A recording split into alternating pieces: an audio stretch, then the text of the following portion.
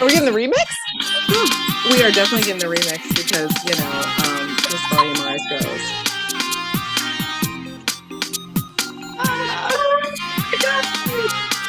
All right.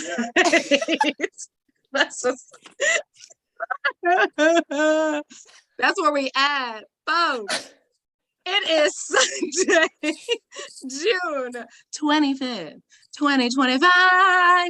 Welcome to the Zodiac chat line. I am, of course, your host today. And as always, I have my lovely co-host with me, Cassie. Girl, it is officially your motherfucking season, girl. Claws out for Cancer season. What's up? How are you feeling about it? I am just mired in the depths of my own emotion. Really? Hold on, working guys. through some My stuff. shocked face. But it's being worked. We're working through it. Mental health is health, guys. You got to take care of yourself. And I'm telling you that to tell myself that. So June's been Gemini season, and this pouring into Cancer season has been interesting. How are you? I love how you said Gemini season pouring into Cancer season, because that's literally what it felt like. I have been kind of, making through one day at a time. It's just been an interesting couple of weeks in general. Nothing too bad, nothing too good, just, living through America as it is in the present moment. In my physical being is challenging at times. But I feel like we're going to make it through. And I love the sanctuary I call my home. Yes. Lots of gratitude for having a home base. I mean, that's it. I'm with you there. Been spending a lot of time outside on my deck. Just breathing in the old outside air. I like to be out near sunset. There's bats in my neighborhood. I like to see them. See the moon come up. It's very grounding and calming. So it's good and temperate up there by you. It's almost 1,000 degrees down here. So sure. Yeah, there's also that. Yeah. I did get outside the other day. I went and saw the symphony play, and that was really nice. We went to the park, the local large park here, Piedmont Park, and they were playing the symphony. Symphony orchestra was playing, and so that was nice to get outside.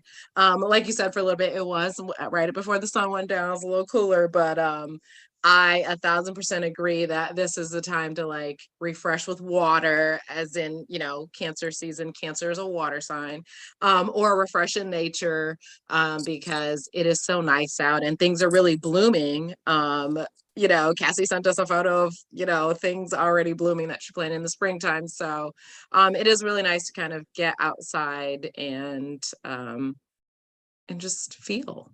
Right. Yeah, I think now too, while Jupiter's transiting Taurus, that we all would, do well to spend some time in nature, however that works for you, whether it's like grabbing a handful of dirt as you walk from your car to your office building, or being able to lay down in the grass or go to a park, like anything you can do to connect yourself physically with the life that is growing around us, I think will open your eyes to new ideas and allow your mind to expand in thoughtful and happy ways.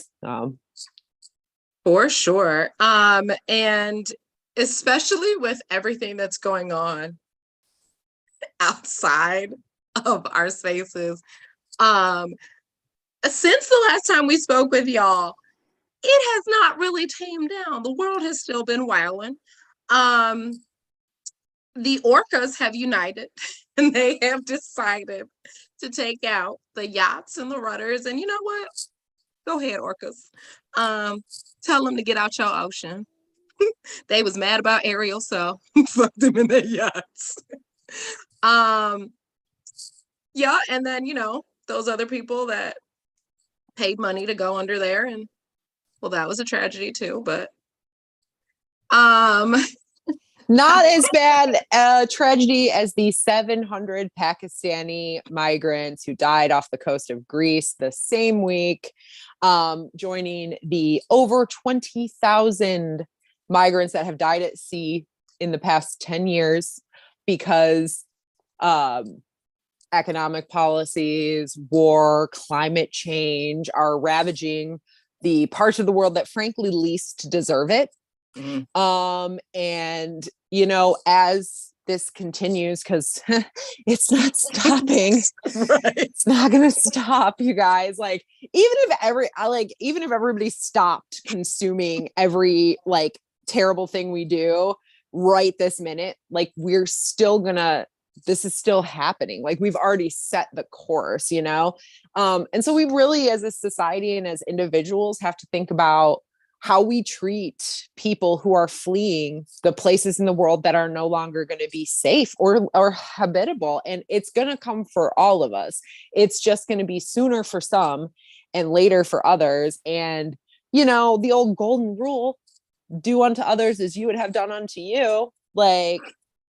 You would think that all these people who's throwing the Bible at us would know. That's what it said.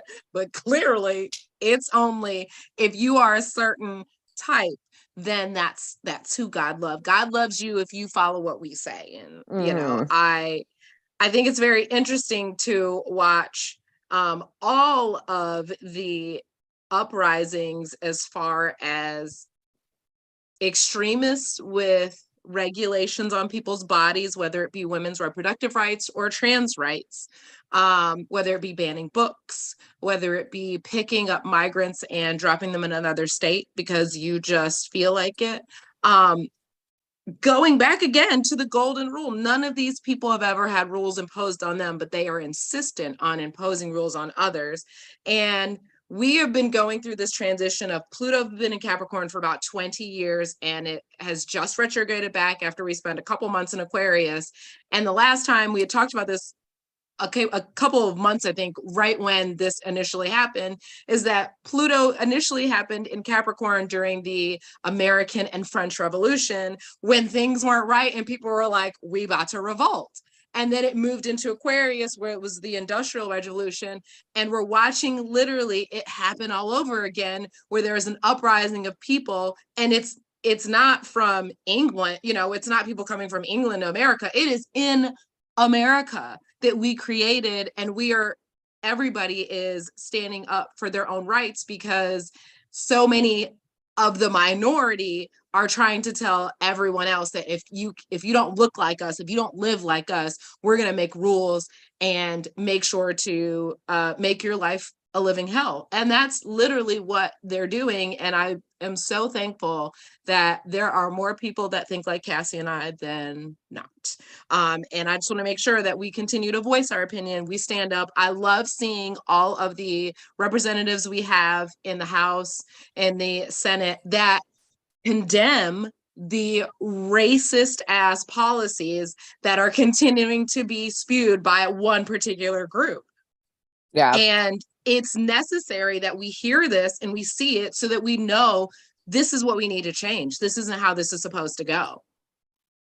Absolutely. And you talked about the evolution of the rules of truth. Do you want to go about that a little bit when it comes to Pluto and retrograde in Capricorn to Aquarius?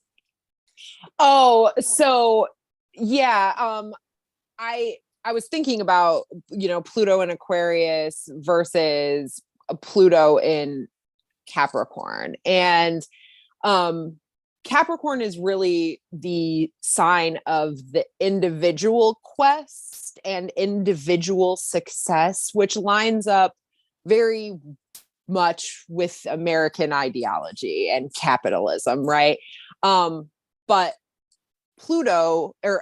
Aquarius is really the sign of the collective truth and what works for the human group. And we are,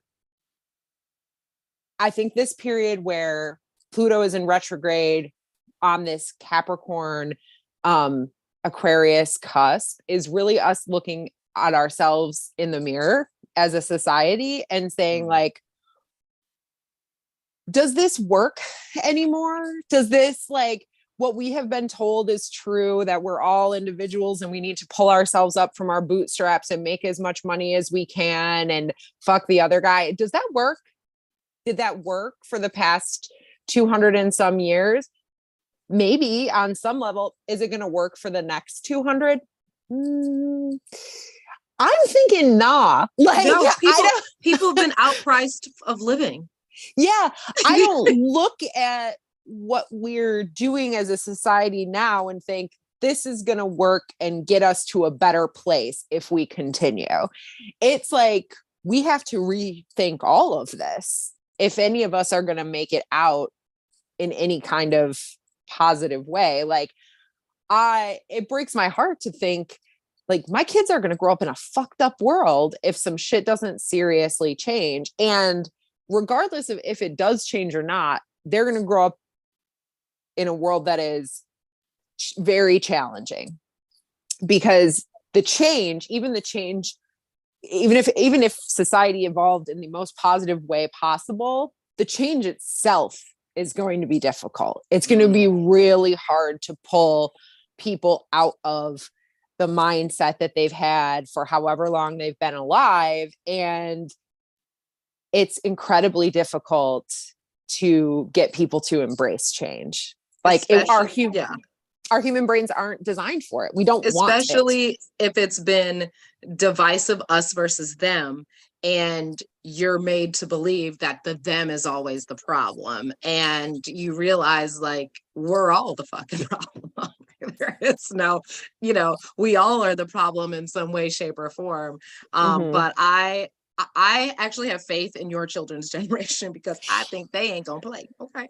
I think they will have, our generations as parents who are a lot more open to unique and different ideas, and open to hearing those and be like, well, maybe this will work, instead of the rigid ways in which our parents and our grandparents were parented and how they parented us.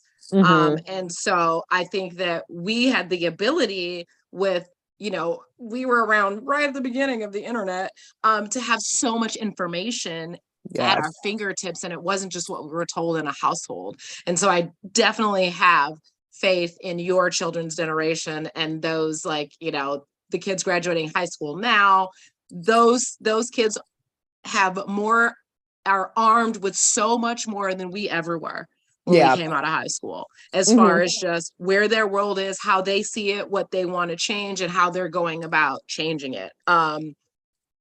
With that, happy Pride. It is almost over, but hey, we gotta celebrate.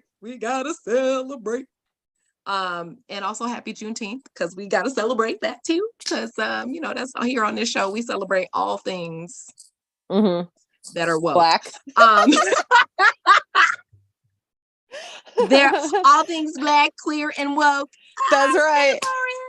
We love you. We don't give a fuck. You have a place here. Listen, before we get to our quick little facts about Juneteenth and Pride, I just want to say, if you decide to use the term woke, I need you to understand exactly what it means, and just there's no reason to use it, because it is not meant to be against anybody. You have a governor using this as his platform, and everybody has to realize the term woke was very much instilled, and it still holds true today. That's the craziest part. It was instilled back during Jim Crow eras, when Black parents had to be like, watch out, stay woke when you go outside. Basically, don't walk around in a haze and not thinking that these white people ain't gonna do shit to you or ain't gonna mess with you, because the reality is that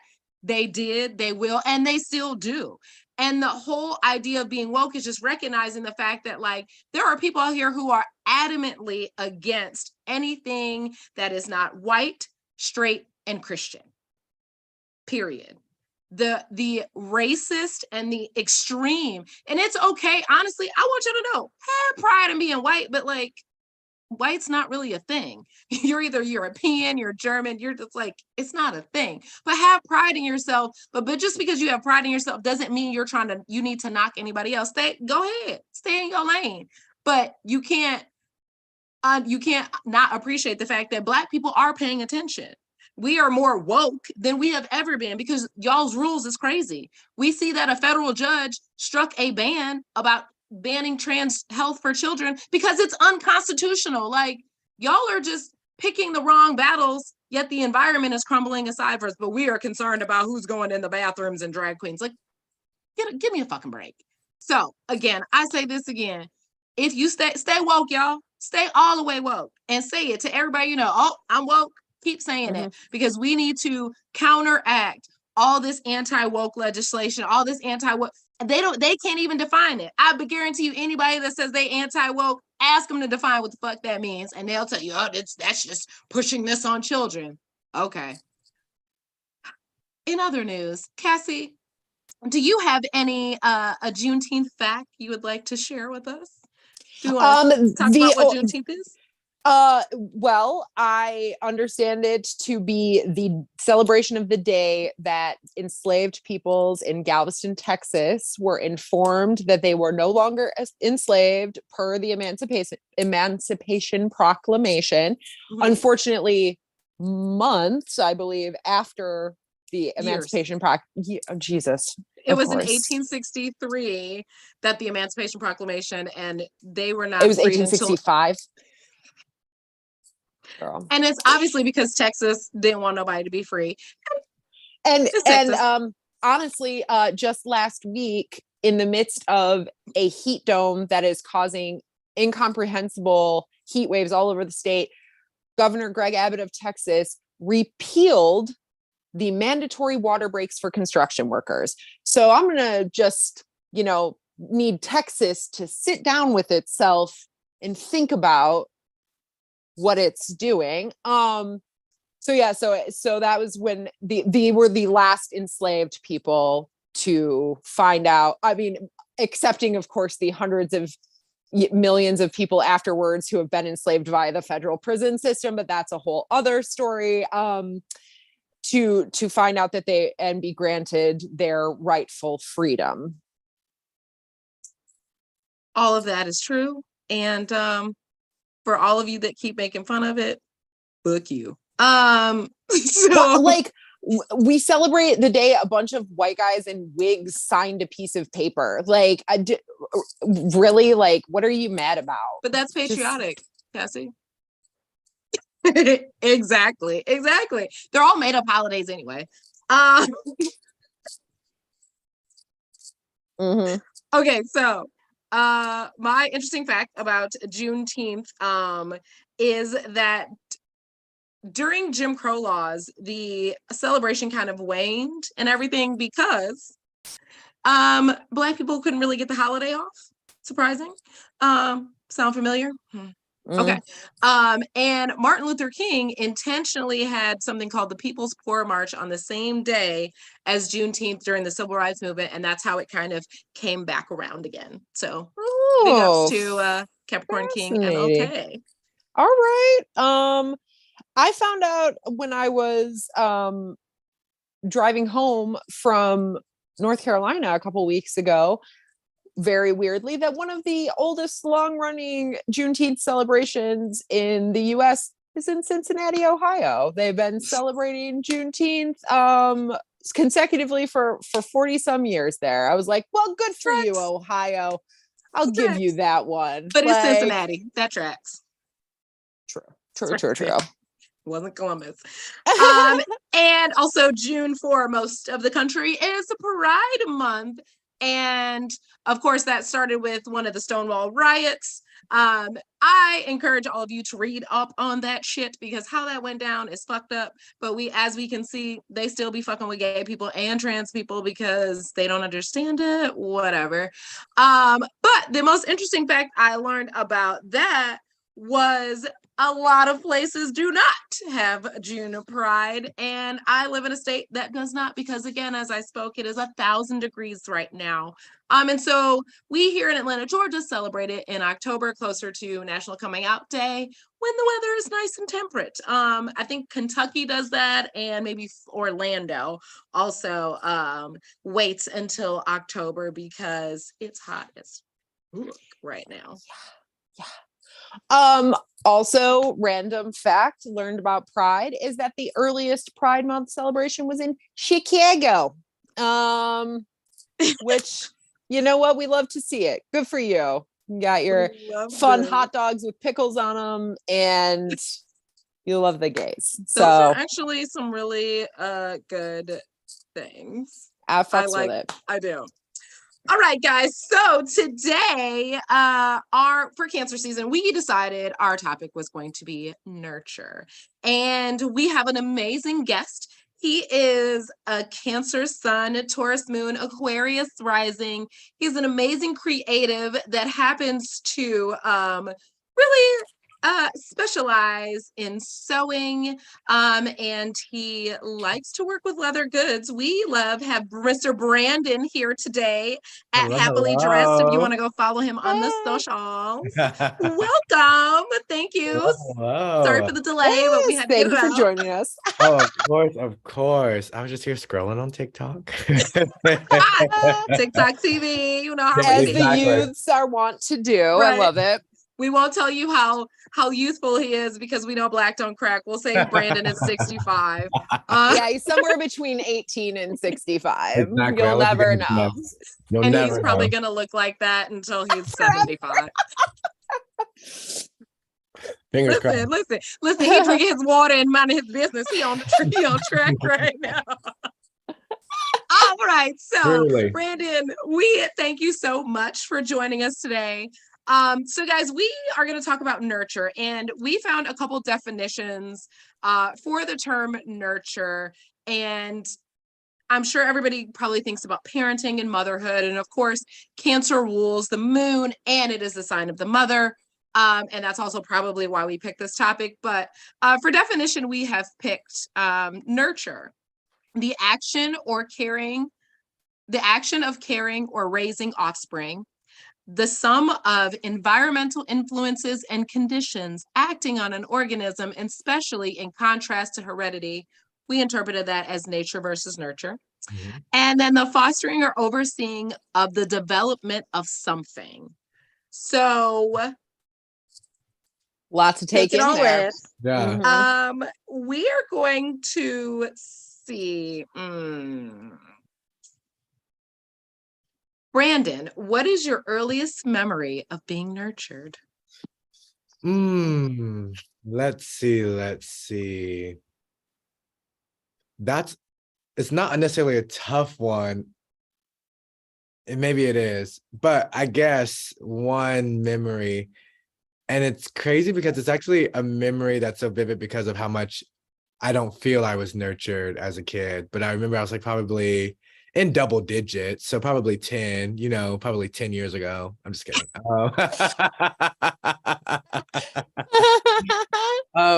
No. I was probably like 10 or 11, and I like fell asleep on the couch downstairs.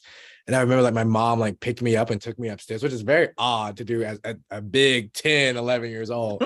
But when she was doing it, I kind of woke up and I was like, oh, this is so nice. I wish I had this more, which was funny. So it's a memory of being nurtured, but it's also a memory of like feeling so great because I never had that to begin with. So it's kind of like a dual memory of sorts. Mm. Yeah. Interesting. Lady Williams. Yeah, I mean it's tough because I think like I love my mom. I have a great relationship with my mom. But I do feel like as we were younger, especially in like the Black community, the times back then, it wasn't, acceptable to be very feminine as a man. And so she raised me and my brother by herself. So I really do feel like I got a parent trying to be like more of a masculine role model for me instead of just getting a mother who's like supposed to be nurturing, feminine, etc. And that's tough, to deal with. But anyway. Just out of curiosity too, because I do think cancers, regardless of if they're mothers themselves or whatever, are acutely aware of their relationship with their mother and other maternal figures. What is your mom's sign? She's actually a Scorpio. Oh, yeah. That's intense. It is with my Taurus moon. It's definitely intense. Sure. Yeah. And that's funny too, because I have a Pisces mom. So I have the other of the water sign trifecta. And to answer the question, I don't have a real my whole childhood felt like being nurtured. Like my mom was right there for everything. And I think really probably the most intense thing was I struggled with obsessive compulsive disorder as a kid. And I had all these like intrusive thoughts or whatever. And I was always afraid that I was crazy because I didn't know what obsessive compulsive disorder was when I was a kid. And all I was like, why am I thinking all this stuff? And I have to like wash my hands 60 times a day or do like weird math problems in my head to make myself feel better. And my mom would just like listen to me vent all of this absolute bonkers stuff to her and like not make me feel crazy and like really level with me and try to give me advice or guidance that was helpful and nurturing. And I just remember feeling so safe with her, and I didn't feel safe with expressing that stuff to anybody else. Like, I'm sure my mom talked about it with my dad, but like I never did. And I was like, would never. And so yeah, that for me. But like Scorpios are they hold on to their emotions so much more than a Pisces or a Cancer does. They're ice, man. They're fixed water. It is. And it's not that they don't feel them. It's just very, very deep and very, tough to get to. Definitely. Well, I mean, it sounds like your mom had the great idea to try to build a bridge between your reality and the reality that she was living, to hopefully find a middle ground to make you both feel comfortable, understood, supported. Very Piscean of her. Right. But yeah, Scorpio mamas, and I can only speak for the one that I have, so I'm not going to generalize Scorpio mamas, but it's a lot tougher. I always say with my mom, I want her to be the best her. Like you can't step into a role fully or 100% without being your best self. So when I speak with my mom, it's always as a person, as someone who is not my mom. I'm like, yeah, look out for you, girl. What are you doing? You can't give if you're empty. And so that's a point of contention for us, or tension for us. Just because I'm always looking at her as a person first, then my mom. But she's like, I want to be in these roles. I want to get lost in these roles. I need to hold on to these roles because they define me. I'm like, they don't. They really don't. But anyway, moving on. Tanae, what about you? So it's interesting to listen to both of you because, as Cassie knows, my mom passed away when I was 19. And so I can't, like, at this age, remember like the act of being nurtured by my mom, even though I know that it happened. I was actually talking to my Cancer cousin earlier today because she's one of my favorites. Shout out, cuz. And she and I talked about just like, we talk about my mom and everything like that and me being born. And she was like, your mom really didn't want your dad. I said, I understand. I understand how that wants. And so like, even that act of knowing that I was intentionally created and like my mom sought out the person that she wanted to have a child with made me feel like that would be my best idea of what a memory of being nurtured is. Like, I know my mom nurtured me when I was a kid, but I don't, because it's so far removed from my life at this point, because I've been an adult without her, that I don't really actually remember it happening. If that makes any sense, you know what I mean? Like, so to me, it's like a memory that I know is there, just nothing I can recall. Yeah. Trauma, I'm pretty sure that science has proven that really fucks up your memory too. Like, it's hard for me to have like clear memories of my dad. As you know, I was 13, almost 14 when he died. I have a few, but it's really hard for me to recall actual memories of childhood prior to that event. Yeah. Like, there are some, but it's more like vague ideas, stories that have been repeated over time by other relatives or whatever. And like, you know, surely probably some invention in there too. Like, I don't know, but it's just weird what your brain does. Yeah. All right, moving right along. Okay. Shifting from the like traditional idea of nurturing as a, you know, act of that adults do to kids, we'll say, what is something that you have had to nurture from start to finish? And what was that process like? Nice. For me, it actually would be Happily Dressed, which is like the brand I've created from from freshman year of college till now, and I'm still nurturing it. But it basically is like the embodiment of me and my spirit, you know, the 5D self, and to really champion it and step up for it, and to know even in my human restrictions, maybe mentally, physically, emotionally, that this mission, this purpose has a right to be here. It has value. And not only that, when I get good enough, sharing that other people also can give value to their purpose, to their mission, even if their mind, emotions, or physical capabilities can't always embody it completely. It's worth a shot. It's worth a chance. So with Happily Dressed, oh my God, I'm also very long-winded to everyone watching currently. So I can't just say this. I have to give 3 backstories and then the full story and then the conclusion. But Happily Dressed started off as a fashion blog in college. I was a freshman, and like the friends I had made that year, they started a blog together. I was like, oh, that's really cool. I want to start a blog.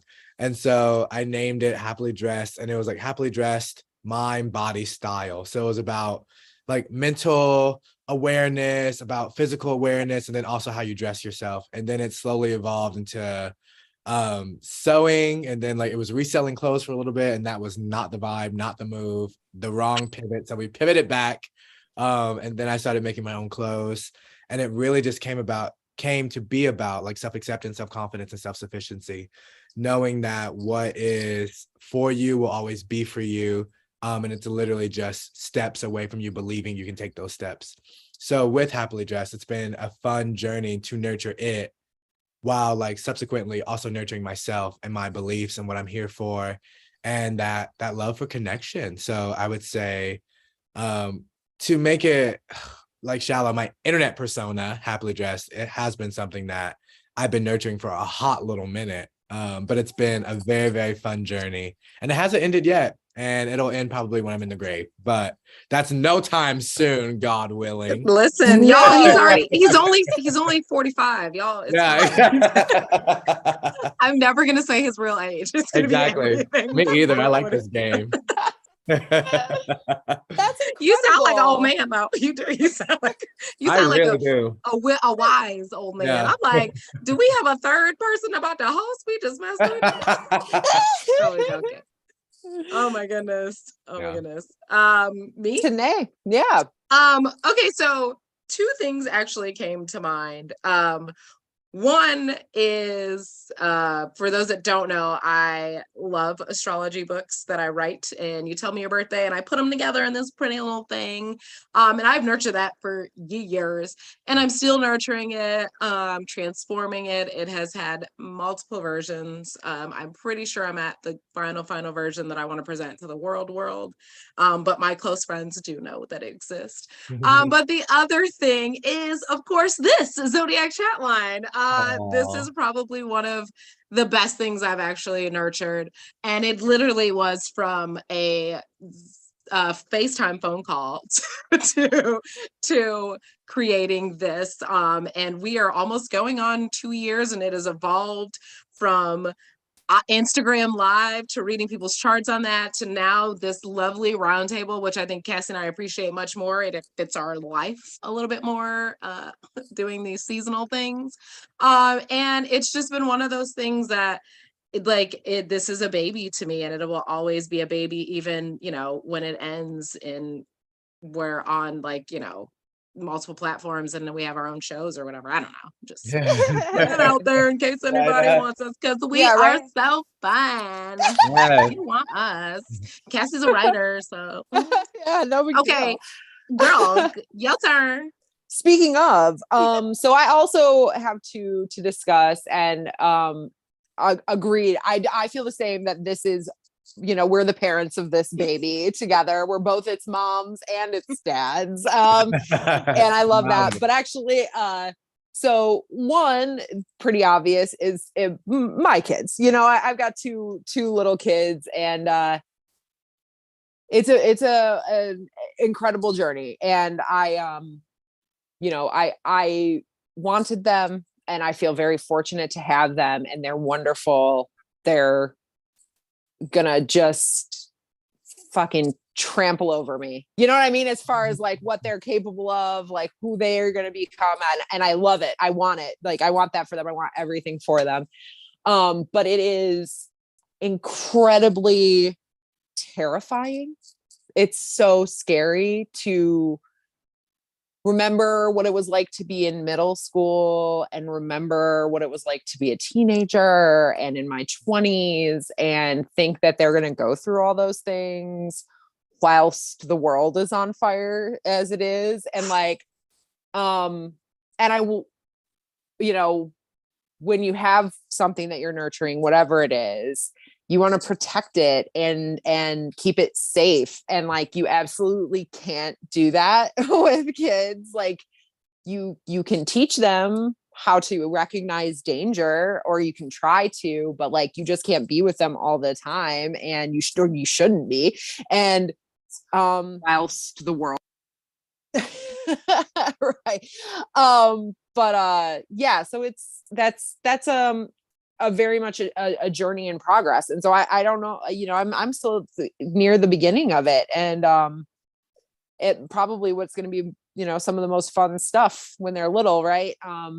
Though I'm eager to know, not eager because I don't want the time to pass quickly, but I'm delighted to know who they will be when they're, 20 or 45. Yeah, my age. Me too, because I've known Cassie since before these people even existed. Yeah, well before.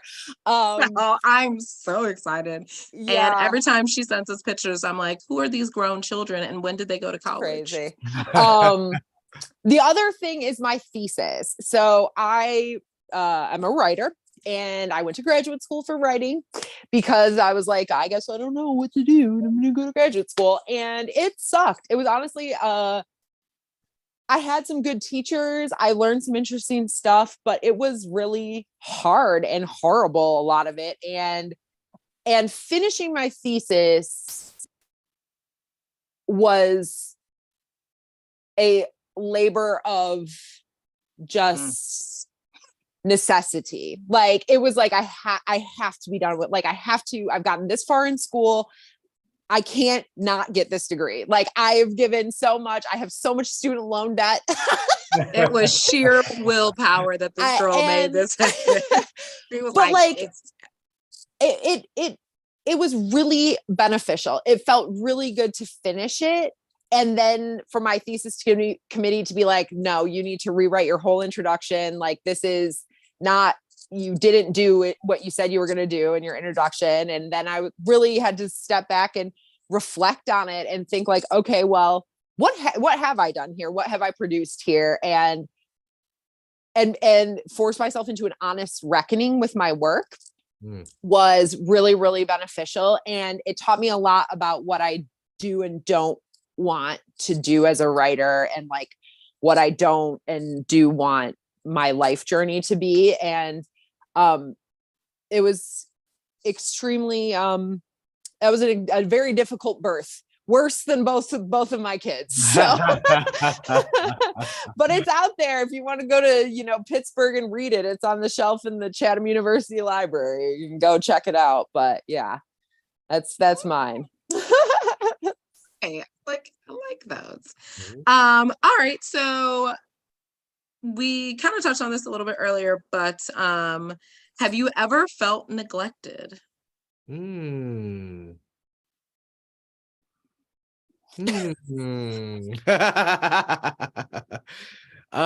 always try to just be, because I know things live on the internet forever, and I am very dramatic. Like, I'll read some of my like journal entries from a while ago, and like I'll journal from here and there. I'll journal here and there throughout the years, but I'm like, oh my God, I was so dramatic. I remember that day. It wasn't like that. So I always want to make sure that I'm speaking as authentic and honest as possible. But I guess the short answer is yes. I'm a twin. I'm also one. Oh, I didn't know that. Yeah, sorry, I had my do not disturb on and it just turned off. Okay.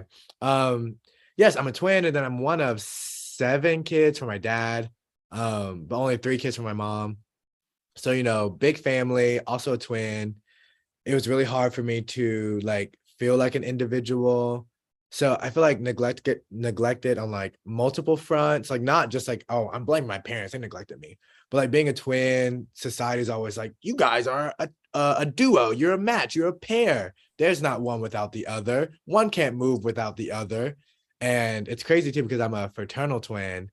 And if anyone I know is watching this, they're probably getting ready to get their popcorn because I'm about to go on a soapbox. But fraternal twins are just like, we're literally just siblings conceived at the same time. Like, I want to petition, if I'm ever in power, they'll be called, like, medically, fraternal twins will just be called SDS, same day siblings. How simple, how clear, how simple, how clear for society to really grasp what fraternal twins are. So anyway, being SBS, like, it's like being compared to your sibling constantly.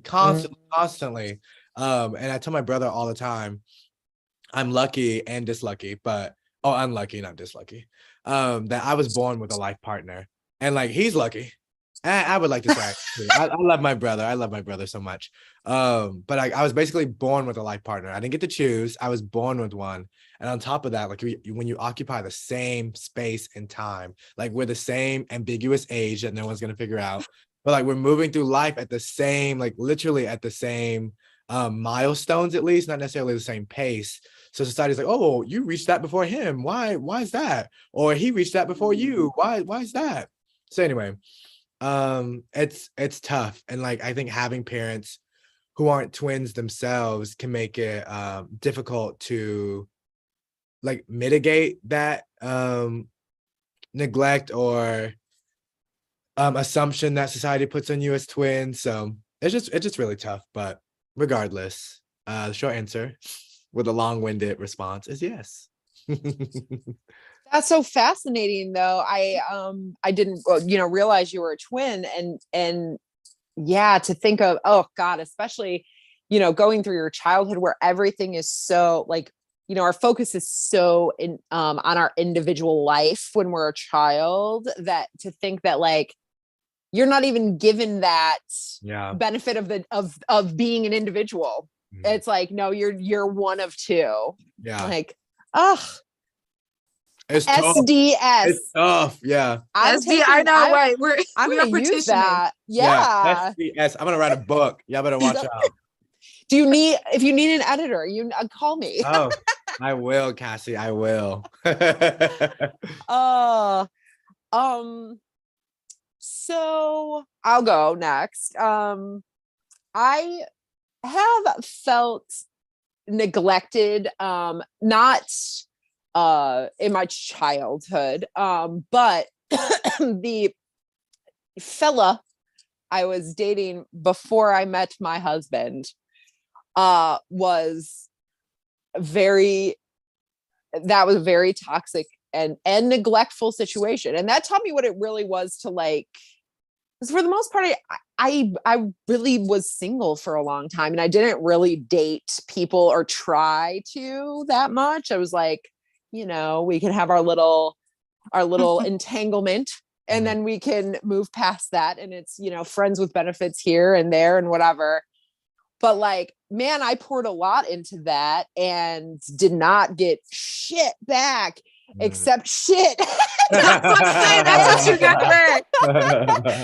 And, but that was ultimately a really good experience because it taught me everything to avoid. It showed me every red flag that you can possibly have in a relationship, and really made me sit down and think like, okay, what do I want, and what will make me feel good and supported in a relationship? And then I got it, but I had to actually sit with that bad experience and that neglect, and first of all realize I was enough. It wasn't me, I was okay. That was that dude's problem.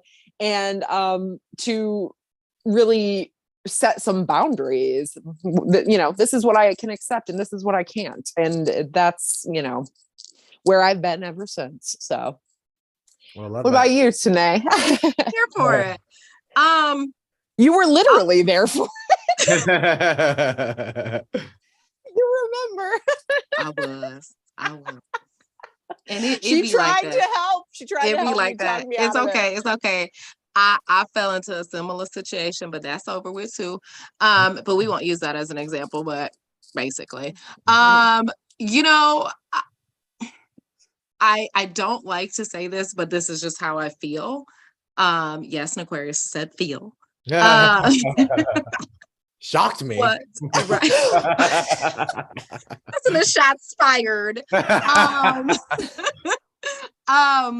I would say, honestly, when my mom passed away, because she raised me as a single parent, and it wasn't something that was like, she wasn't ill. It was something that was like shocking to everybody in the family. And my grandmother wasn't prepared.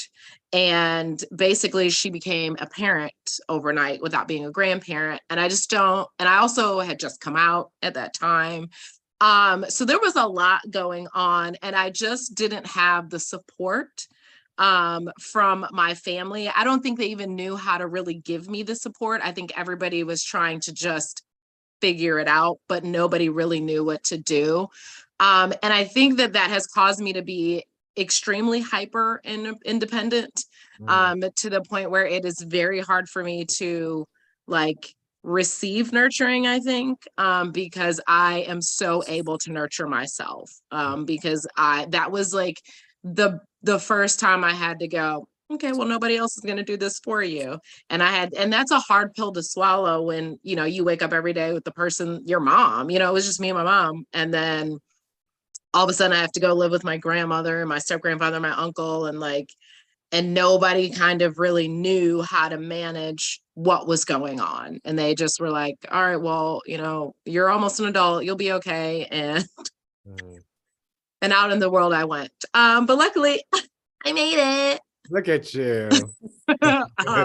But yeah, that was, and I never felt it like with my mom at all. Like I never felt neglected by my mom. If anything, my mom was helicopter parent. I was in a bubble wrap. I was fine. I was going to be okay.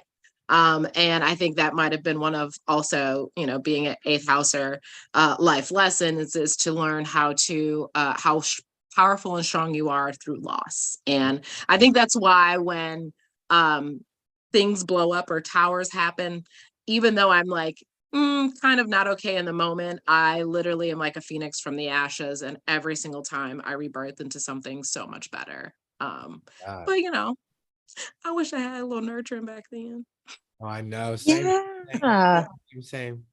That's actually a great perspective on eighth house suns, because whenever I see an eighth house sun in a birth chart, I'm always like, I don't know how to place this. It's an eighth house stellium, so. Oh yeah. So, but that's a great like example of like the benefits of an eighth house sun. Yeah. I positive spin on it for sure.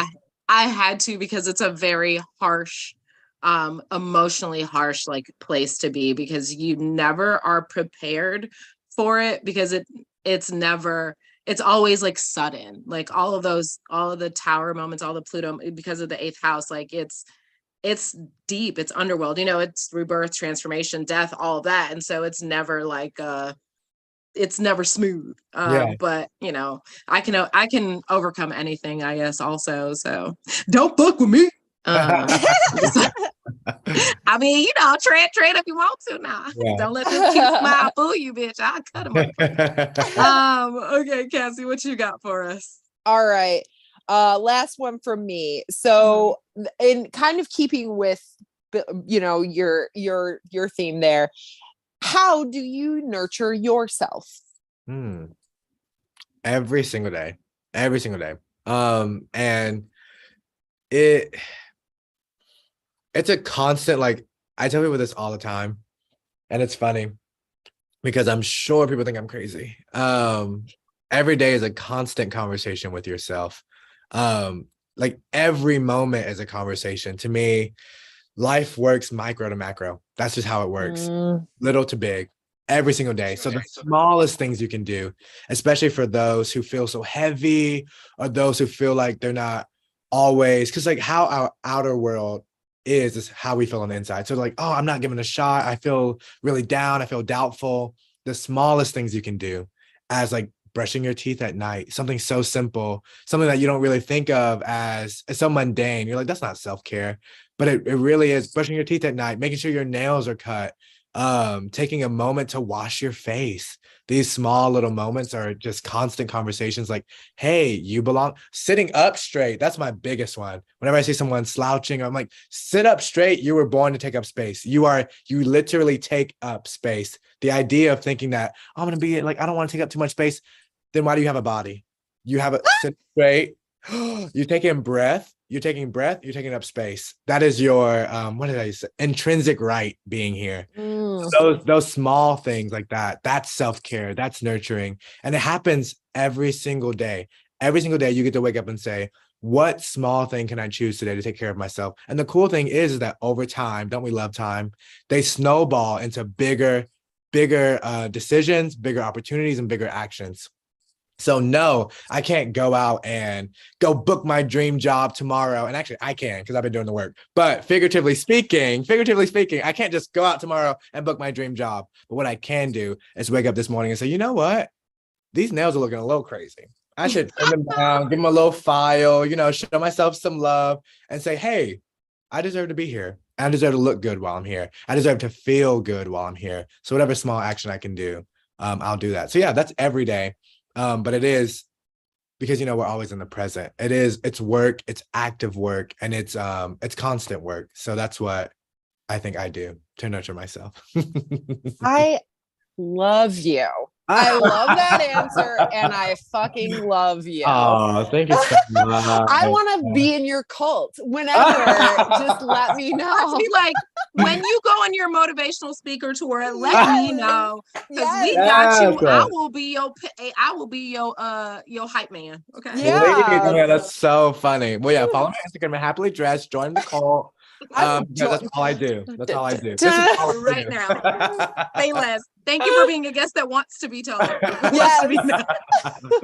that's so sweet. Thank you. But no, it's true. Like I really do get on my soapbox with that, because literally the smallest action, and like, just like I said, the smallest actions that are positive, we can do so many small actions that over time can negatively affect us. Like something as simple as slouching or feeling like I shouldn't take up space. Those can snowball into bigger negative effects. So for me, I'm really like the smallest thing, and go even smaller. Start recognizing that you deserve to be here. It's that simple. But the work is real. I really don't want to say anything, because I feel like you said everything. I know. It's God, stop. Yeah, that is, I mean, I like, just, I'm not, just, that's perfect, because I find comfort in math sometimes. And that's what you're talking about is evidenced mathematically. Incremental change builds over time. And, one thing that it, especially going back to, struggling with my mental health, one thing that helps me get out of negative headspaces is to remember that like, I'll never actually know the full positive effect of anything positive I do, because once you send out a good ripple, who knows where it goes, just by having one, you're at a coffee shop and you chat with the barista and say, I love your glasses. They're, just so cute on your face. You look great. You can give that person a boost, maybe help them stand up a little straighter, maybe help them make a better choice, have a good conversation with someone over here. And that positive energy just goes and goes and goes. And yeah. And like, and so many people think like, oh, there's 8 billion people in the world. What difference do I make? What can I do? And it's like, well, everything we touch, we affect, and it's for positive or negative, however you decide to use that power. Like, so I love that. I hope y'all were taking notes when Brandon was speaking. Well, go back and rewind it. Yeah. I mean, I'm with you. And honestly, for me, it's like maintaining certain daily structures and rituals for myself. As far as like talking to my ancestors on my altar every day. Sometimes making my bed, usually on the daily, kind of feels good. And I mean, even if it's just straighten it up a little bit, it's like, honestly, planning my monthly budget and paying my bills. Like that's like, I mean, it looks just because for me, that's how I feel like nurtured, is that like I'm nurturing my financial health and my like knowing all of those things.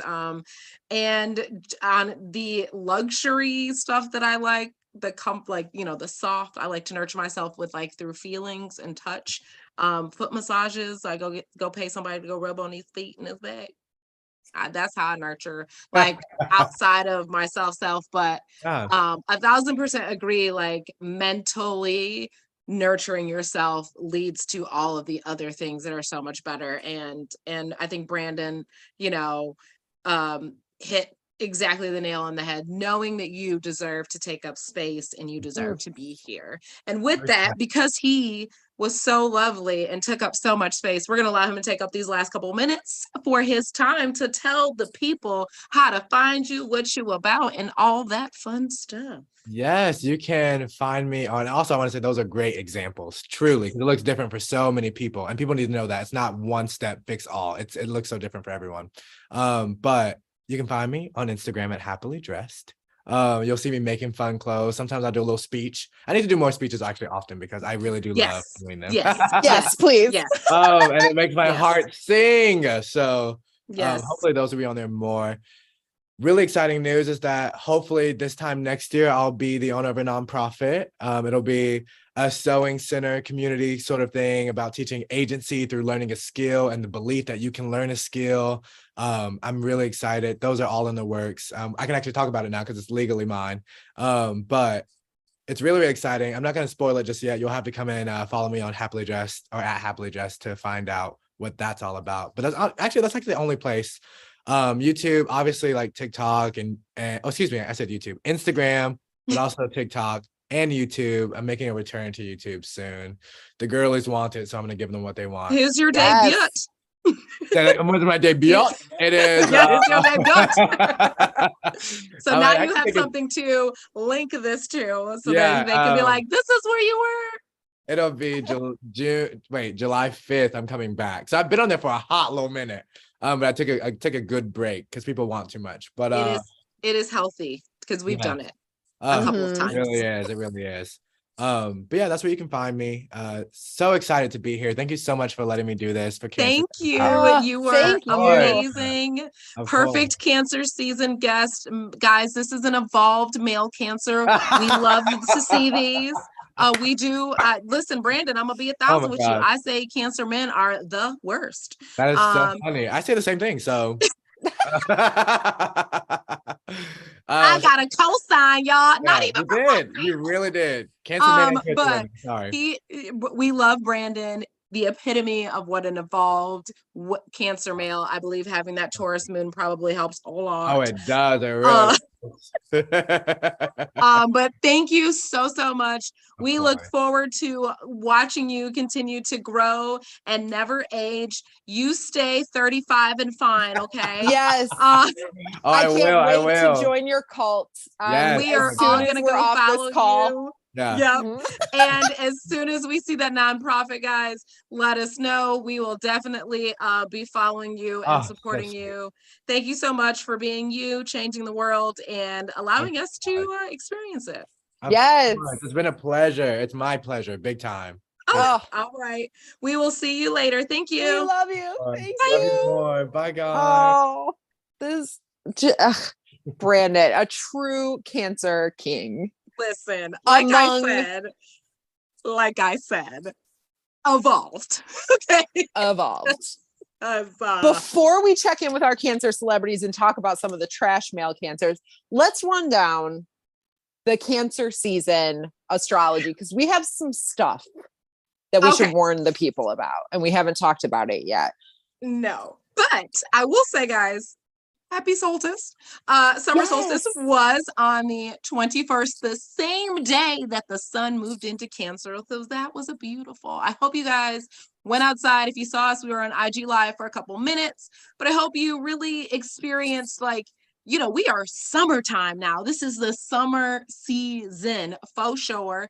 The days will be getting shorter slowly, but we're enjoying what they are right now. So enjoy all the daylight you can get. We have Mercury moving into Cancer tomorrow. And so those Get are ready to share your feelings with others and yourself. Boo. I'm just kidding. And because we've been talking about this all year, all of the new moons fall tail end. We just hit the Gemini new moon. So hopefully you figured out what Taurus season was about for your Gemini moon, Gemini intentions. Now you've experienced a lot of Gemini. By the time Cancer comes around, you can feel how you feel about it. And the Cancer moon will not be until July 17th. So we have plenty of time for that. But before we get to the new moon, we do have a lovely full moon in Capricorn on July 3rd, right before the 4th of July, where Pluto is retrograde there. So that'll be fun.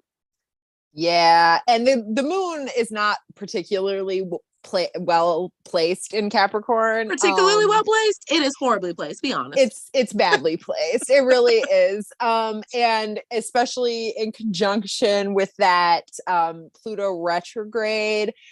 I mean, just don't expect to feel your best. You know, and it is a holiday weekend and a lot of people are going to be out, and I would expect a lot of people are going to be wilding. So if you can be at home, relaxing and like keeping it cute and low key, highly strongly suggest you do that. If you don't identify as a patriot, stay home. Yeah. Because I have a feeling that those that opposed Juneteenth or really want us to know why America can be great again is going to go out of their way to really celebrate the 4th of July. So yeah, there's gonna be a lot of pew-pewing, if I had to guess. And the heat makes people crazy. It really does. And and this is also this July 3rd full moon in Capricorn happening along with Pluto retrograde in Capricorn is also going to be right on the heels of my birthday transit, Neptune going retrograde in Pisces on June 30th, which is just going to add more fucking confusion to this season that we don't really need. Now, the good news with that particular transit is Neptune is at home in Pisces. So even retrograde, it's not the worst. But it just means you're going to be probably having strange dreams, visited by strange thoughts, having weird notions. Maybe you're like, you know, is that person mad at me? You know, a lot of that, like a lot of questioning reality, again, stay home. Just, Yeah. I've made no plans for my birthday. Also going to be joining Saturn in retrograde in Pisces. So like we were telling y'all the other day, we was having some chill moments. We are now entering the phase of like really, really being honest with yourselves and in touch with your feelings mostly, even though there's going to be a lot of them, they're temporary. They will not be permanent, but they will be extra prevalent. And those around you, especially your close and loved ones. And I feel like if you are having issues managing your own feelings, understand that other people are probably having those same issues managing theirs, and try not to take anything really personally, because in general, you shouldn't take shit personally, because it really isn't ever about you, even if it feels like it is about you. If it's about you, it's not really about you, it's about them. But really just take that into consideration, because we still have the spiciness of Leo chilling in both Venus and Mars, because why not, right? Yeah. And we have this Cancer season, and we've hit all of the transits except July 10th, Mars moves from Leo to Virgo, which will cool your temperament just slightly, just in time for Leo season to ratchet some crazy shit up.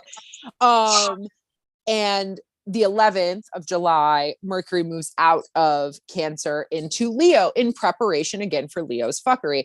So this Cancer season is going to test your emotions. Leo season is going to test our egos and our sense of self, because we're going to hit a Mercury retrograde in Leo season. We're going to have somebody else. There's a couple other planets. I think Venus goes retrograde in Leo season. Venus goes retrograde in Leo season. Mercury doesn't go retrograde till the end of like August 23rd. Oh, okay. So just after. But still. Yeah. But that means Venus going retrograde in Leo season is going to be Leo? Real messy, because it's going to do it for longer than it normally retrogrades. And we will definitely talk about that on Leo season. Yeah. But we want take this Cancer season to nurture yourself. I am so sick. And honestly, nurture others around you. Like, this is really a time to understand what nurturing is and put value in care and concern for others. Because everybody wants to be nurtured. I don't care what you say. I don't care who you are. It's equivalent to being loved. Everybody wants to be nurtured. And however that looks for you. And as we said before, learning how to nurture yourself first is the key to being able to just nurture everybody else, nurture your world around you, nurture your mind, nurture your body, your spirit, all of that. And with everything going on outside of you, it is just so important to find that within, because it's hard, man. I'm not even gonna lie to you. Like, there are some days I'm like, what? I chose my soul was like, come on, girl. Just come on down to this fuckery right now for about 89, 95 plus years. Like, right. Fuck? Yeah. Yeah. And you make sure you Black. Oh, wait. And be a woman. Oh, and be gay. And be gay. Yeah, let's just add that in there. Why not?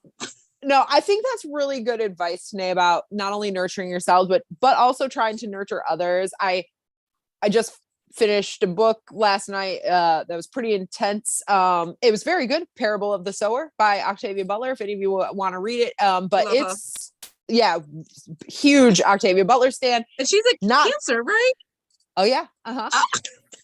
We stand a Cancer queen for sure.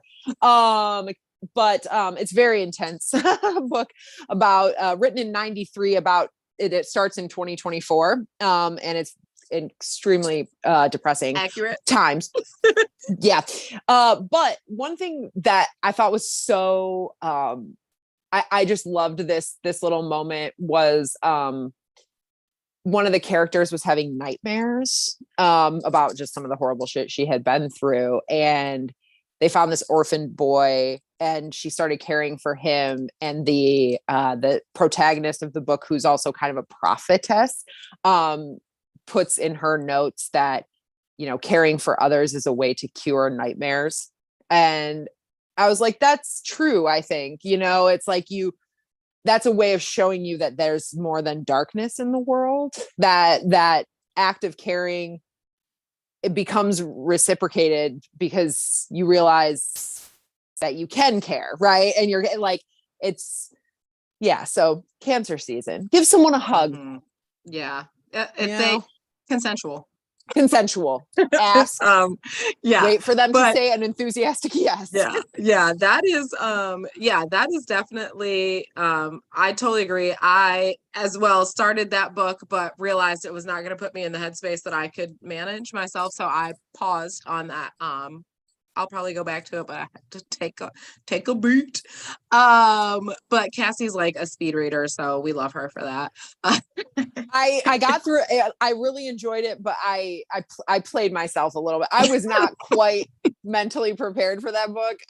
But then I was like into it and I was like, I have to finish this or else I'm just gonna, I feel like, and the good, without spoiling it, finishing it felt better than if I had left it off in the middle or something. I believe that. Yeah. But I was like, I started like, I was only right in the beginning, like right in the beginning. I was like, oh, okay, I see where this is going. Let me take a pause. Mm-hmm. All right. So let's hit these Cancer celebrities, because unlike Gemini, we didn't struggle. We found some it's like, I'm just playing. We found some amazing ones. So, girl, because you're the Cancer, go ahead, start us off. Who you got? Okay.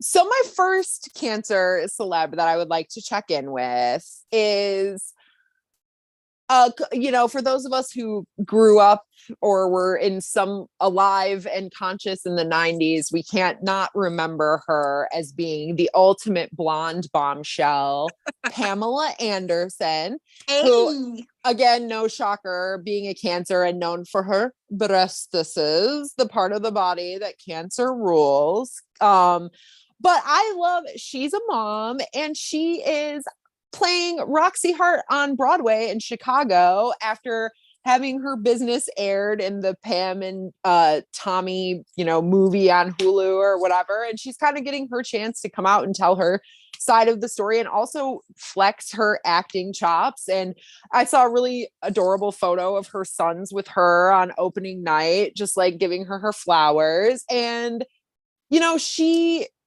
like many performers, didn't have a super easy go of it and went through a lot of shit and got mocked a lot because she's blonde and cute and has big boobs or whatever. But that doesn't mean she's an idiot or untalented. And I'm just glad for her to get a nice second act. Like, you go, girl. I love that for you. Yes. Okay. We love Barbarella was a pretty good movie. I don't care what nobody's saying. Yeah. Right. Was that not the original? Because Jane Fonda, right? Jane Fonda was the original. Mm-hmm. But she redid it. I listen, nobody could run down that beach like Pamela Anderson. Okay. Yeah. Okay. Just kidding. You ain't ever lied. All right. So the first one, I gotta come hard out the gate because this amazing Cancer queen shares her birthday with Princess Diana. She is a multi-Grammy. I looked this up. I want you to know this woman then won 216 music awards out of 360 nominations. Oh yeah. Uh-huh. And she is the first female hip-hop inductee into the Rock and Roll Hall of Fame. None other than Missy Misdemeanor Elliott. Let's give it up for this amazing Cancer queen who can still drop a beat and make a bop. The videos always on point. She broke the mold for videos back then, how just intricate they were, how visually stimulating they were, just all of that. Missy, girl, if you ever see this, I love you. I love you. Me too. Yeah. She's incredible. Yeah. Oh man, there are just so many good choices. So kind of sticking with the theme of, building off Missy, who is a queer icon also, we'll come to Cyndi Lauper, who is, kicking it out here in her 60s or 70s. I know because I saw her on the cover of AARP magazine, and good for you, girl. Get your coins. Listen. Looking great is as a senior citizen. But yeah, like her music is timeless. It's super fun. She wrote an anthem about female masturbation that made it to the top of the charts in the 80s. She Bop. I'm not, maybe not everyone knows that's what that song was about, but it was. It's called She Bop. She Bop. Mm-hmm. And yeah, and she's a queer icon, and I love that for her. So Cyndi Lauper, fucking A, Cancer Queen, get it, girl. Damn. Okay, so this one, okay, listen, okay, I'm going to put this disclaimer. I never really watched this show, okay? This person I'm about to bring up, I never really watched this show. But when I found out all the fuckery that happened, I was like, man, girl, I'm gonna give you your props on this because fuck that dude and fuck that bitch. Okay, so for those of you that have seen Vanderpump Rules and you know entirely about the whole scandal that happened, I'm not even gonna mention that person's name. I want to give a shout out to Miss Ariana Madix because that girl has been through some bullshit on live TV.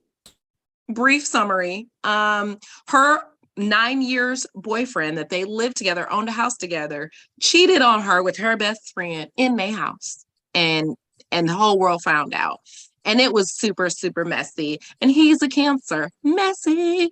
But this girl has had the best fucking glow up I have ever seen since a goddamn breakup.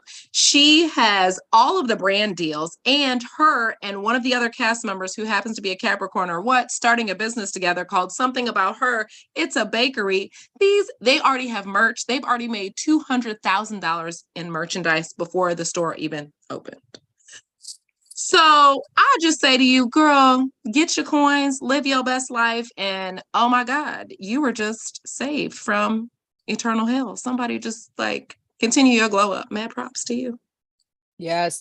How dare you fuck over a Cancer woman in her home? First of all, not surprised that a messy Cancer man would do something like that. Not surprised at all. But to do that to a Cancer woman, like, you're going to get some real shit karma for that. My God. That is fucking cold. Girl, I don't think his karma. I we think don't he even will get like karma for the rest of his house.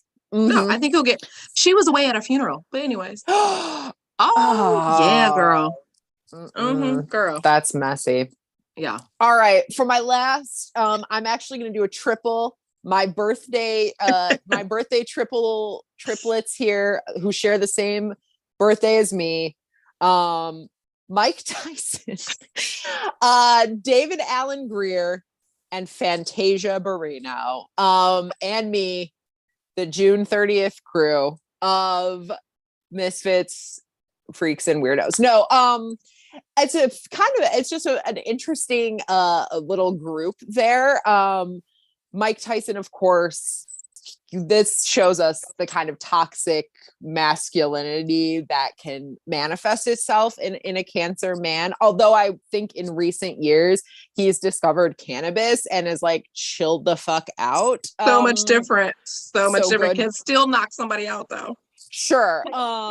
Still rocking the face tattoos. Love that. You know, I'm not going to say I've never thought of getting a face tattoo. I'm just going to be honest with you. But no, like he, I do think, especially, for straight men, you're just not socialized in society to embrace the full spectrum of human emotion. And Cancers of all stripes feel all of the things. That is our thing. We are empaths. We feel shit.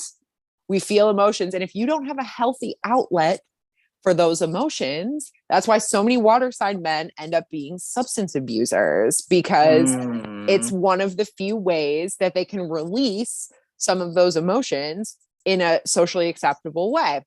The other one, apparently beating the shit out of people for money, which is the path he chose. Or like David Alan Greer, who I feel like is an enlightened Cancer male and an evolved one, became an actor. So you get to embody some emotions and let it out in a way that still allows you to be somewhat separate from the emotions. Mhm. And he's a great actor. He's very funny. So funny. Anytime he's in a role, like I recently watched Jumanji again, which I hadn't seen in many years, and he's in that movie. I had forgotten he was in that, Oh, but wow. he's great in it. And it's like he's one of those that every time you see him in something, he's funny and warm, and it is like committed to that character, you know? Yeah. I remember him from In Living Color. Oh yeah. Yeah, that was like Crushed it. And then Fantasia, you know, still out here making music. She came out with a memoir. This was probably been like 10 years now that it came out, but she discussed that she grew up functionally illiterate.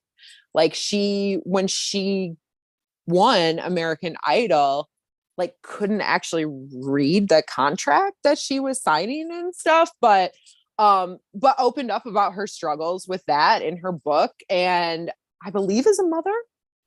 She is. I think she has maybe two. She just got remarried. We don't know exactly, but she is a parent. She is a mother for sure. Yeah. And you know, seems to be out here just, and I think she's in the Color Purple movie that's coming out in the fall. I think that's right. Mm-hmm. Yeah. Mm-hmm. Oh, that'll be good. good. Yeah, I was saying that's about to be good. Yeah. All right. For my final Cancer, this young man. Now listen. This young man has taken his privilege and used it to help other people. And we stand another evolved Cancer man. He created the Water Box, which was launched in Flint, Michigan. Thank you so much. To aid them during their water crisis. And this is Mr. Jaden Smith. The Water Box plugs into the local supply, and it runs through a series of filters so that the water is clean. And I think that this, for him, and he's one of those younger generation, I think he was born in like 98. Probably. Something like that. And he also, I think, has a food truck that feeds the homeless for free. I mean, he is the epitome of nurturing the community around him. And I think that that's how he nurtures himself, is being able to nurture his community around him. And we see a lot of celebrity kids who do not take advantage of their platform and their privilege to help others. It is usually just to kind of enhance themselves on this. And for him, he's really stepped out of the limelight. You really don't see him a lot on that, but you know that he is really working and helping people behind the scenes. So I'm here for it, and I love it. And we love Jaden Smith. I cannot wait to see what he continues to do, and if this Water Box evolves into something more. Yeah. And Cassie, I want to wish you a very exciting solar return this week. Thanks, Toots. You have been one of my dearest friends for over a decade, and we are family now. And so I love you very much. Thank you. I love you too. I appreciate that. Happy to be on this parenting Zodiac chat line journey with you. Girl. If it's not this, it'll be something else. Okay, so let's hit this question, and then we'll get the card, because we are trying to crank through this, guys. All right, so the question is, what can we expect from Saturn and Neptune retrograde in Pisces? And you touched on it a little bit earlier, so do you want to start taking that? Sure. So yeah, it's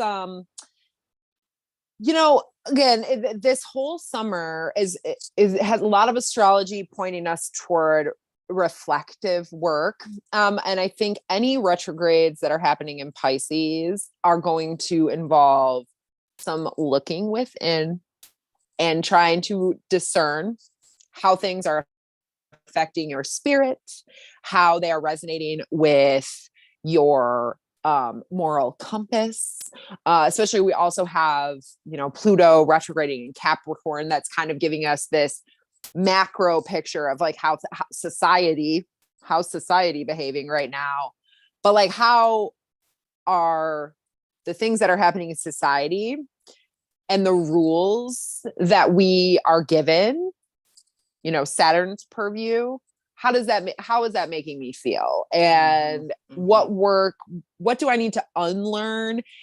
What can I imagine that's better or different than this? And unfortunately, we're not going to have clear answers on any of that stuff until both of those planets go forward in that sign, because especially Neptune's influence is so dreamy and otherworldly that I expect it to be, you know, a confusing time, really. And that's okay. Like we can't have clarity all the time. And honestly, it's also worth kind of remembering the lesson that like nothing is ever as it seems. And Pisces is always there to remind us that nothing is as it seems. And so I think it's a good time, you know, once on my birthday, you know, and that we have Neptune officially retrograde in Pisces, really pay attention to your dreams. If you can give yourself some time to like free write or pull oracle cards, or just allow yourself to just dream and let messages come to you without feeling the need to act on them right away. Gather it over these next few months, kind of see where the patterns are, and also watch the events of your own life and see how those things line up. You know, are you building toward breaking off in a different direction, or are you on the right path? Again, you're not going to get clear answers during this retrograde period, but you are going to get a lot of information and a lot of weird, I would expect like weird synchronicities and coincidences, but pay attention to those things. You know, those are these tiny messages from the universe, you know, giving you clues about what's going to be important to you going forward in the next phase. What do you think? Very similar, especially with Saturn retrograde, because it's the planet of like responsibilities, the reassessment of like what you have committed to and what you're trying to be responsible for. And in Pisces, you have to kind of set your boundaries a little higher, especially I think during retrograde season. I believe your boundaries probably need to be higher than normal. I think it's going to be harder, of course, because everything is so hazy. But I think just being conscious that like you should is a good start. And then deciding what you've thought about and manifested in your dreams and how that actually plays out in reality. And as Cassie said, I completely agree. You're not going to really know until it's moving forward and then a little bit past that, just to get out of the shadow period. But I think, you know, this summer into early mid-fall, we will have to assess a lot of things, a lot about ourselves, a lot of reflection with all of these retrogrades. And because they're in larger, heavier planets, it is going to be a huge overhaul. I think a lot of like what we thought we knew or what we believed, and like what we're going to and what works for us and what doesn't. And with Pisces, you know, enjoy your dreams, like experience them, but know that you have to come out of that haze at some point. You know, that's how I feel about that. Well, with that said, I know you've missed these. I love these. These are from the lovely Megan Watterson, the what? Divine Feminine. I'm gonna get this at one point, y'all. Just bear with me. I love that I'm a spiritual being living a human experience. Look at that. Okay. So these are the Divine Feminine. These cards highly, if you, I love Oracle, tarot cards, whatever. One of the things that appeals and attracts to me is the artwork. And the artwork on these are stunningly phenomenal. And it is by Lisbeth Cheever Gesseman. So thank you, Lisbeth, for this stunning artwork. And these are all feminine deities or oracles or prophetess or whatever you want to call them, from all over very much internationally. So this can be anything that we pull. So I think I like this one. We'll see what it is. Dun, dun, dun. Yes. Why does it do it every time, Cassandra? Okay. We have Yamoja, the goddess of all that flows. Like water, right? I am an ocean of creative energy. I give birth to what exists within me. Girl. Guys, there it is. Oh. Yeah, hold on. Am I doing this right? Oh, there we go. Over there. Yes. Good. Okay. You get the point. We'll post it. Mm-hmm. Okay. Let's find her. That's literally when I saw that, I'm like, oh, that's a Cancer girl. Right. It's like, that's exactly what I was like. All that flows. Oh, water. Duh. Okay. I've actually pulled this one before. I love this one. It's got a great message. Who she is. Yamoja represents the creative force of the unconscious, the secret depths that bring the unseen into the physical realm. The African goddess Yamoja gave birth to all the 14 gods and goddesses of the Yoruba religion.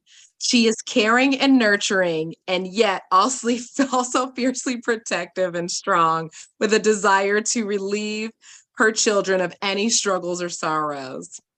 She is worshipped at the ocean or in any flowing body of water, though it is said that is a Cancer. My God. It is right. It is said that her true home is the Ogun River in Nigeria. She is considered to be a mermaid whose energies, blessing, and power flows through all forms of water, cleansing, renewing, inspiring, and reminding us of the limitless love we are.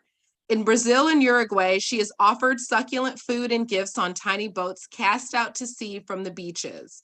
Her worshipers asked her to give them her blessings so that their desires in the new year can manifest. She is the queen of the ocean, the ruler of the subconscious, and the creative force that allows us to translate the ineffable into art. As the mother of all, she is the energy that brings new life into this world. When your soul selects her card, Yamoja creates a flow where before there was a block or a stagnation in our life force. When we feel uninspired or stuck in life or in a creative endeavor, from having a child to writing a book, Yamoja is the feminine essence that sets our energy back in motion. As a mermaid, she exists both in the world and also the unseen depths. She can help us dive deep into the unconscious or into the collective unconscious and retrieve the hidden secrets or the wise pearls that we need to integrate now for our life to flow again. As the queen of the ocean, she baptizes us to start over, to begin again right now, to let everything become brand new. She encouraged us to use water as a ritual to send out our offerings to her, to bless our bodies in a warm bath, or to walk along a body of water and allow its perspective to give us the answer or blessing we seek. Yamoja wants us to cleanse us of the thoughts that are holding us back. Why do children calm down after a bath? Why do we feel healed or more centered after a nice long soak? Water is the element that held us in the womb, the return to our first and most primal element, the loss of gravity, the freedom of buoyancy. This allows us to release feelings or thoughts of being trapped or stuck. Yamoja reminds you to use your tail. You are not of this earth, you are of the sea. The soul voice meditation. What do I need to bring from out of the depths into the material world? And the intention, I am an ocean of creative energy. I give birth to what exists within me. When I tell you the universe be speaking, y'all, I don't even think y'all be knowing. Like, me and Cassie is pretty powerful, but I mean, goddamn. Hold on, I really want y'all to see this. Oh, there it is, right there. Look at that. Actually, that is incredible. I'm And just gonna especially put like what we This were up here. just talking about So y'all can see that. with Saturn Nurturing. and Oh, yeah. Neptune and Pisces and the unconscious depths and bringing it forward. When I tell monkey. you every single time we pick, it literally is like, here you go. Here Yeah. you go. Every single time. That one got me.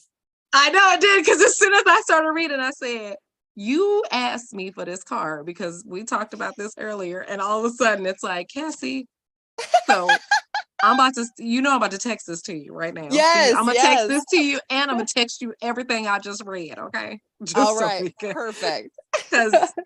and we gonna post it on our page, because I feel like this was just a good one today. This was just, it hit home.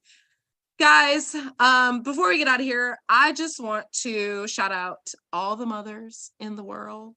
A shout out to our guest who got ill. I hope you feel better. We're sending you all the positive vibes.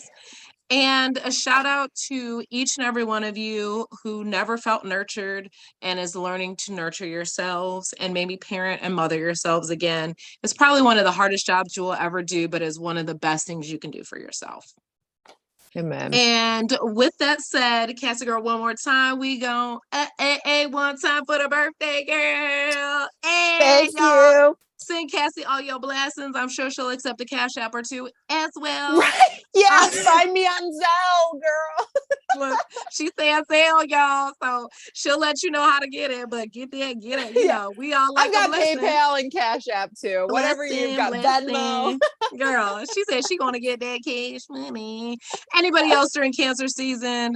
I have a couple close people close to me who are having a birthday coming up. Happy birthday! I love you. You know who you are, and we'll see you guys next month. So thank you for joining us, and as always, it's all love, y'all. And what, Cassie? We out here because what?